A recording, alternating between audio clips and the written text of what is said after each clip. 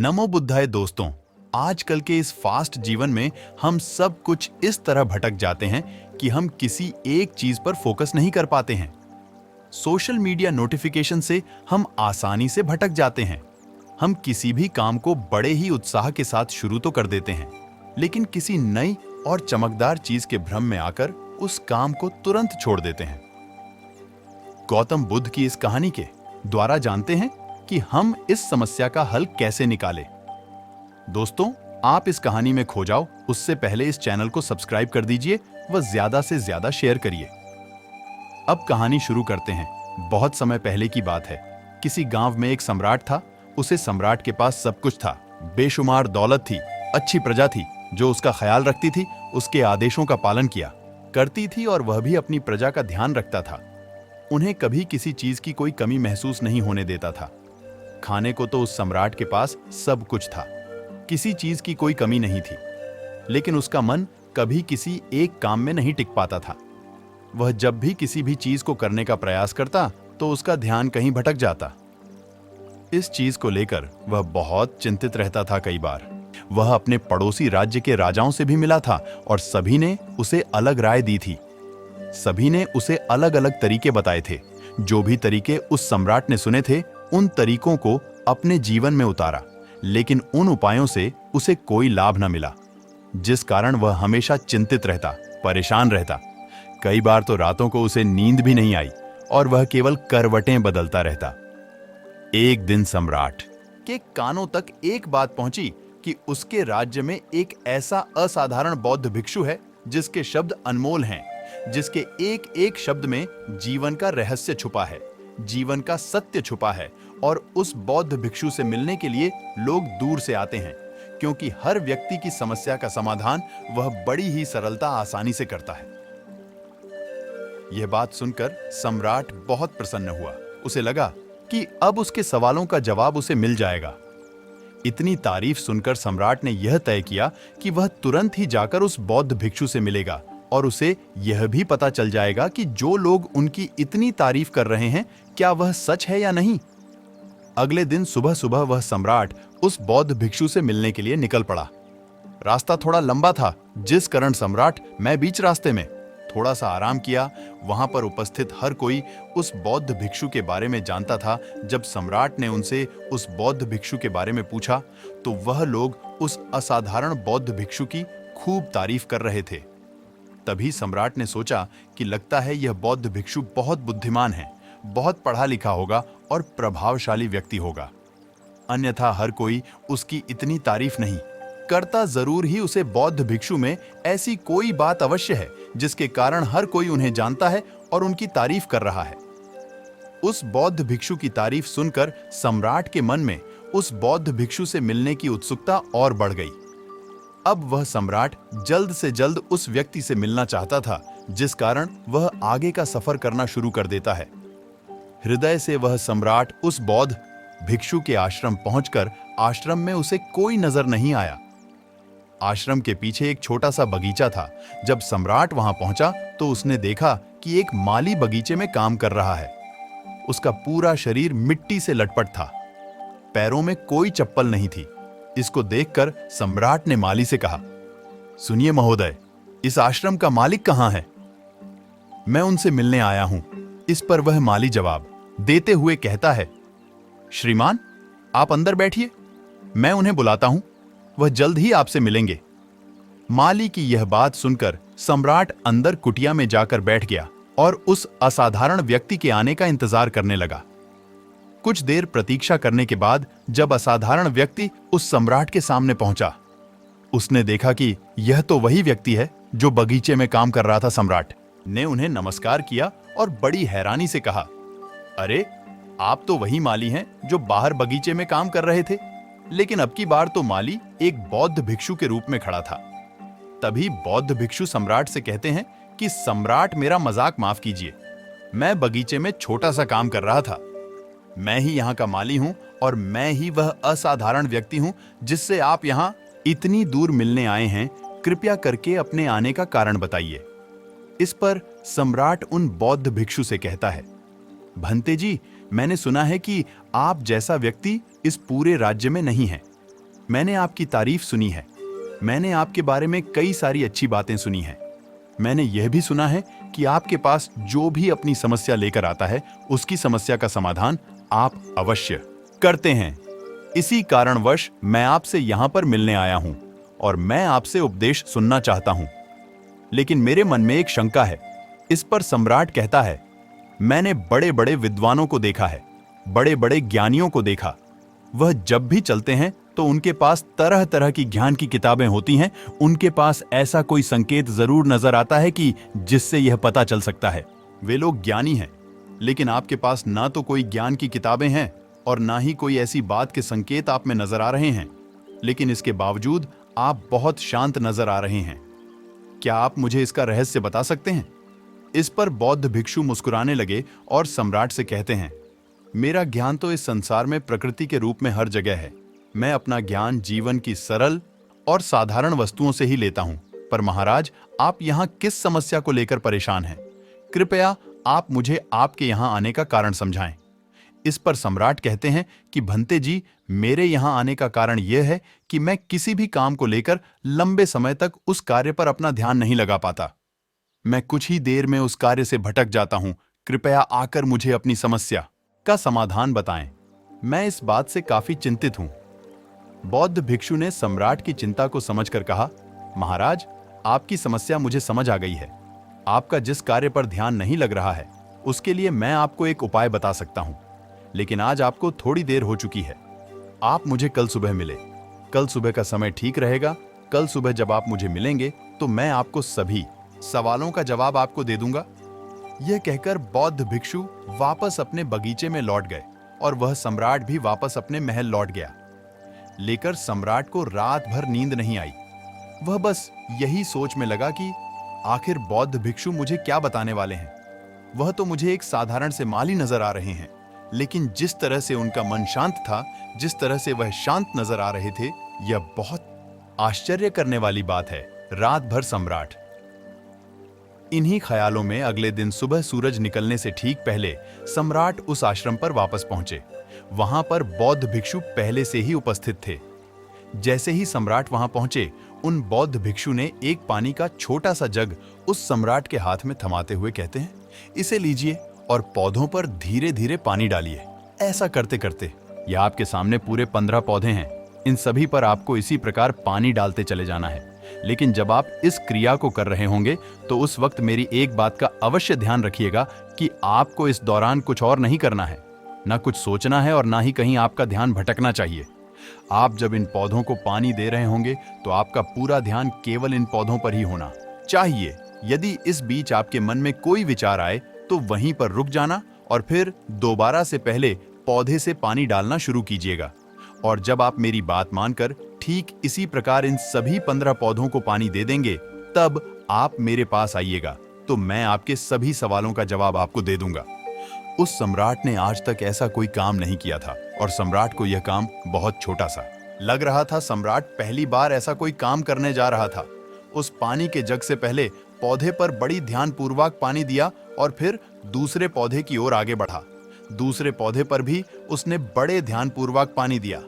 फिर उसने तीसरी पौधे पर पानी देना शुरू किया ही था कि उसके मन में तरह तरह के विचार उत्पन्न होने लगे। उसे अपने महल का बगीचा याद आने लगा, जहां पर तरह तरह के फूल थे, तरह तरह के पौधे लगे हुए थे। तभी अचानक उस सम्राट को उन बौद्ध भिक्षु की बात याद आ गई। यदि मन में कोई भी विचार उत्पन्न हो तो उसे फिर से पहले पौधे से पानी देना शुरू करना होगा। तुरंत ही पहले पौधे के पास वापस पहुंचे और उसने फिर से पहले पौधे को पानी दिया। दूसरे पौधे को उसने फिर से ध्यानपूर्वक पानी दिया। जैसे ही वह तीसरे पौधे पर पहुंचे, उसके मन में फिर से कई तरह के विचार उत्पन्न होने लगे। अब सम्राट सोच रहा था, पता नहीं मेरे बिना मेरे साम्राज्य में क्या हो रहा होगा। और आपकी बार सम्राट को बहुत क्रोध आने लगा। उसने सोचा कि आखिर मैं यह छोटा सा कार्य क्यों नहीं कर पा रहा हूं। वह तुरंत ही फिर से पहले पौधे के पास पहुंच उसने अब की बार बड़ी ध्यानपूर्वक पहले पौधे को पानी दिया, दूसरे पौधे को भी बड़े ध्यानपूर्वक पानी दिया। ऐसे करते करते अब की बार सम्राट करीब 5 पौधों में बहुत ही ध्यानपूर्वक पानी दे चुका था। लेकिन अब की बार जैसे ही उस छठे पौधे पर पानी देना शुरू किया। उस पानी को देखकर सम्राट के मन में नदी के विचार उत्पन्न होने लगे और सम्राट अब बहुत परेशान हो चुका था। जितनी बार वह पौधों को पानी देने का प्रयास करता, हर बार वह असफल हो जाता। उसका मन उतना ही ज्यादा व्याकुल होता जाता और वह खुद पर क्रोधित हो जाता है। सम्राट यह बात बहुत अच्छी तरह से जानता था कि वह भिक्षु उसकी परीक्षा ले रहे हैं। वह बहुत बुद्धिमान था, इस कारण पालन करना जरूरी समझा। सम्राट जितनी बार भी कोशिश करता, हर बार वह असफल हो जाता। उसका मन उतना ही ज्यादा व्याकुल होता जाता, हमेशा खुद को किसी न किसी विचार में उलझा हुआ होता। ऐसे ही करते करते सुबह से शाम का वक्त हो चुका था, लेकिन अब तक वह सम्राट पूरे 15 पौधों में पानी नहीं दे पाया था। जब बौद्ध भिक्षु लौटकर शाम को वापस आश्रम लौटे तो उन्होंने देखा कि वह सम्राट थक हार कर बैठा हुआ है और तरह तरह की बातों में उलझा हुआ है। तभी बौद्ध भिक्षु सम्राट के पास पहुंचे और कहने लगे, है सम्राट, मैं तुम्हारी ईमानदारी से बहुत खुश हूं। तुमने अपने कार्य को पूरी मन और लगन के साथ करने का पूरा प्रयास किया, इसलिए जो बात मैं तुम्हें बताने जा रहा हूं उसे बड़ी ही ध्यानपूर्वक सुनना और समझने का प्रयास करना। जब हमारा मन विचारों से खाली हो जाता है, तब वह उस मन का असली स्वरूप नजर आता है। तब साधारण से साधारण सा काम भी हमें ज्ञान और शांति देता है। इस पर सम्राट उन बौद्ध भिक्षु से कहता है, हे महाराज, पर यह कैसे संभव है? मैं तो जब भी कोई कार्य करता हूं तो मन में कई तरह के विचार उत्पन्न होते हैं और मैं उन विचारों में फंसकर रह जाता हूं और वहां से बाहर निकलने का कोई रास्ता मुझे नजर नहीं आता। तभी बौद्ध भिक्षु मुस्कुराने लगे और सम्राट से कहते हैं, सम्राट, तुम पौधों मैं पानी नहीं डाल रहे थे। तुम तो जल्दी जल्दी अपने इस कार्य को बस खत्म करना चाहते थे। तुम्हारे मन में तो यह विचार उत्पन्न हो रहा था कि तुम जल्दी से जल्दी इन 15 पौधों में पानी दे दो और उसके बाद तुम मुझे मिल सको, मुझसे अपने प्रश्नों का उत्तर जान सकूं। इसी कारण यह कार्य तुम्हें बोझ सा प्रतीत हो रहा था, मानो मैंने तुम्हारे कंधों पर एक बड़ा बोझ रख दिया हो, और यही कारण है कि तुम अपने आप को इस पल में रोक नहीं पाए। जो हमारे सामने पड़ा हुआ कार्य बोझ लगता है तो हम उसे बस जैसे तैसे खत्म करना चाहते हैं और उस काम को करते समय हम अपना पूरा ध्यान उस कार्य पर नहीं दे पाते। किंतु अगर तुम इस पल को महत्वपूर्ण समझ पाते, इसके महत्व को महत्व दे पाते और केवल पौधों और पानी पर ध्यान देते तो तुम्हें कोई भी विचार परेशान नहीं कर पाते। इस पर सम्राट कहता है भंते जी, मुझे आपकी यह बात समझ में आ रही है कि मैं जल्दी जल्दी इस कार्य को खत्म करके आपसे मिलना चाहता था, जिस कारण मेरा मन इस कार्य में पूरी तरह से नहीं लग सका। लेकिन यह एक पल है तो हम जी रहे हैं, उस पल में रहना बहुत कठिन है। क्या मुझे इसके लिए कोई तपस्या तब करना पड़ेगा? इस पर बौद्ध भिक्षु एक बार फिर मुस्कुराने लगे और सम्राट से कहते हैं कि शांत मन की तलाश तुम कर रहे हो। वह शांत मन तो पहले से ही मौजूद है, वह तो पहले से ही तुम्हारे भीतर है। इसके लिए तुम्हें कहानी जानने की कोई आवश्यकता नहीं और ना ही तुम्हें कहानी शांत जगह जानने की आवश्यकता है। इसके लिए कुछ जरूरी है तो वह है अपनी सांसों पर ध्यान देना। इसलिए अपनी सांसों पर ध्यान देना सीखो। हम किस तरह से सांस ले रहे हैं और किस तरह से छोड़ रहे हैं, इस बात को देखने और समझने का प्रयास करो। तब तुम्हें यह समझ में आ जाएगा कि तुम्हारा शांत मन तुम्हारी सांसों के साथ ही बना हुआ है। उसके बाद तुम चाहे तो कोई भी कार्य करते वक्त भी अपनी सांसों पर ध्यान दे सकते हो। जब तुम कहीं चल रहे हो, कहीं दौड़ रहे हो, कोई ऐसा कार्य कर रहे हो तो तुम्हें अपनी सांसों पर ध्यान देना चाहिए।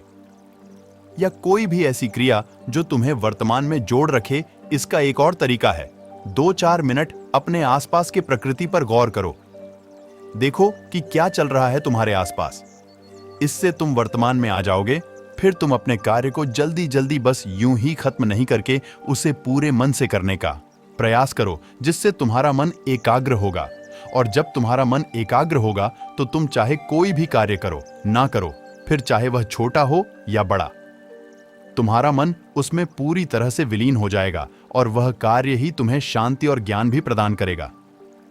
ऐसे समय पर हमारे मन में किसी प्रकार के कोई विचार उत्पन्न नहीं हो पाते और जब हम ऐसा कार्य करते हैं तो कर्ता और कर्म एक हो जाते हैं और हमारे भीतर की जो शांति है वह प्रकट होने लगती है। हम उसमें मग्न हो जाते हैं। इस पर तुम चाहे तो आनंद कह सकते हो या फिर वर्तमान में जीना कह सकते हो, और यह अवस्था बड़ी सरलता से प्राप्त भी कर सकते हो। बस तुम्हें केवल अभ्यास करना होगा। बौद्ध भिक्षु सम्राट से कहते हैं, जो मन मुश्किलों में शांत रहता है, मुश्किलों से भागता नहीं, केवल सचेत रहता है, वह मन हर परेशानी को पार कर सकता है, हर दुविधा से बाहर निकल सकता है। सम्राट को अन्य बौद्ध भिक्षु की यह सारी बातें समझ में आ चुकी थीं। उसने उन बौद्ध भिक्षु को प्रणाम किया, वहां से वापस अपने राजमहल लौट आया।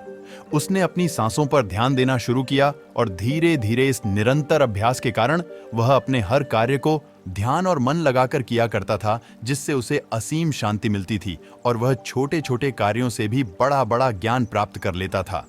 इसलिए दोस्तों, कभी किसी कार्य को बोझ मानकर मत कीजिए, क्योंकि यदि आप उसे बोझ मानोगे तो जल्दी जल्दी उसे आप अपने ऊपर से उतारने का प्रयास करोगे, अर्थात उसे जल्दी जल्दी खत्म करने का प्रयास करेंगे।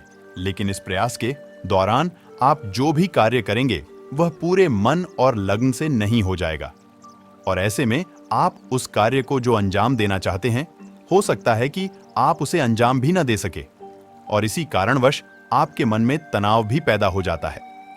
हम चिंतित रहने लगते हैं, परेशान रहने लगते हैं, क्योंकि जो अंजाम हम उस कार्य को देना चाहते थे, अंजाम हम उस कार्य को ना दे सके। और हम में से अधिकांश लोग यही गलतियां करते हैं। जब उन्हें कोई कार्य सौंपा जाता है तो वह उस कार्य को करने का प्रयास तो करते हैं, लेकिन वह चाहते हैं कि वह कार्य कितनी जल्दी खत्म हो जाए, और वह उस कार्य को करते वक्त अपने आप को वहां नहीं रख पाते, बल्कि उनका मन तो कहीं और ही भटकता रहता है, जिससे हमारा मन हम पर हावी होने लगता है। हमें तरह तरह के विचार दिखाता है और हम उन विचारों में डूबते चले जाते हैं, हम उन विचारों में फंसते चले जाते हैं, और फिर वहां से हमें निकालने का कोई रास्ता नजर नहीं आता, जिससे हमारे मन में तनाव पैदा होने लगता है। हम बहुत परेशान रहने लगते हैं, हम चाहकर भी किसी कार्य को नहीं कर पाते, और जो कार्य हमें वर्तमान की ओर ले जा सकता था, उस रास्ते को हम खुद ही बंद कर देते हैं, क्योंकि वह कार्य हमें बोझ लग सकता है। इसलिए जब आप भी कोई कार्य शुरू करना चाहते हैं तो उससे पहले अपना पूरा ध्यान अपनी सांसों पर केंद्रित करें, और फिर आप चाहे तो अपने काम के दौरान भी अपनी सांसों पर अपना ध्यान लगाए रख सकते हैं, और यही सांस का जो ध्यान है वह आपके काम के ध्यान में परिवर्तित हो जाएगा, और इस कार्य में जो भी कठिनाइयां उत्पन्न हो रही है उसे आप पल भर में सुलझा देंगे। फिर चाहे कैसे भी विपरीत परिस्थितियां आपके सामने क्यों ना आ जाएं, आप उसे कार्य को पूरे मन और लगन के साथ पूरा करके ही रहेंगे। दोस्तों, उम्मीद है कि आपने आज के इस वीडियो से जरूर कुछ ना कुछ सीखा होगा, तो चैनल को सब्सक्राइब और शेयर जरूर कीजिए। धन्यवाद। नमो बुद्धाय।